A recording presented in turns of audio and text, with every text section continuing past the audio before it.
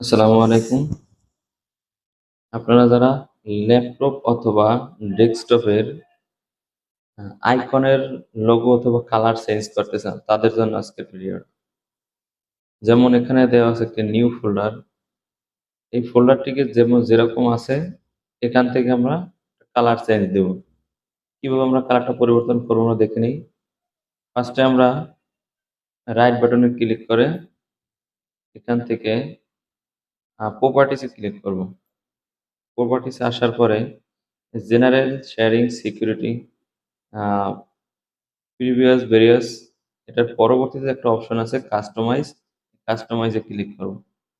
কাস্টমাইজে click করার পরে এখান থেকে নিচে সবার নিচে একটা বক্স আকারে দেওয়া আছে, এই যে এটা হলো চেঞ্জ আইকন। এই চেঞ্জ আইকনে ক্লিক করব।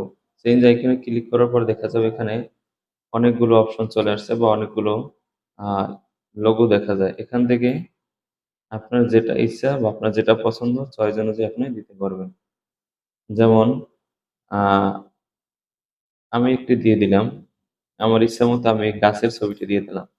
ছবিটি দিয়ে দেওয়ার পরবর্তীতে এখানে ওকেতে ক্লিক করতে হবে। ওকেতে ক্লিক করলাম।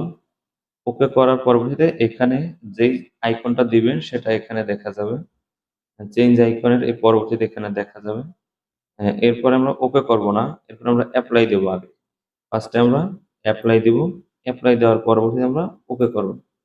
তখন দেখা যাবে এখানে আগের ফোল্ডারটা নেই, আর এখন এখানে গাছের ফোল্ডার মানে যেটা আমি চয়েস করছিলাম সেটা এখানে চলে আসছে। তাই যদি ভিডিওটি ভালো লাগে থাকে অবশ্যই লাইক কমেন্ট করবেন। এরকম ভিডিও পাওয়ার জন্য চ্যানেলটি সাবস্ক্রাইব করে পাশে থাকবেন।